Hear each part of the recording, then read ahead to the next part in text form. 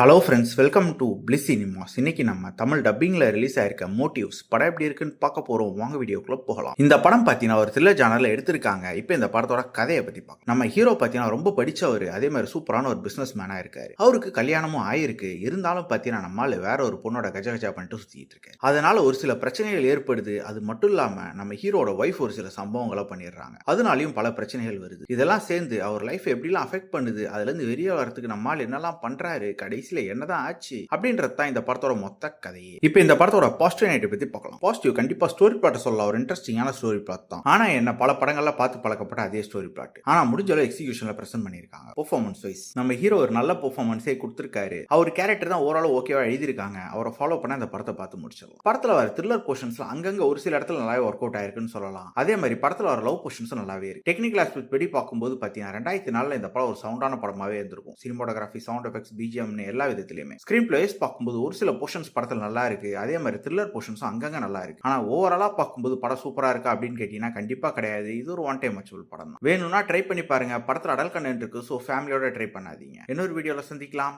Thank you.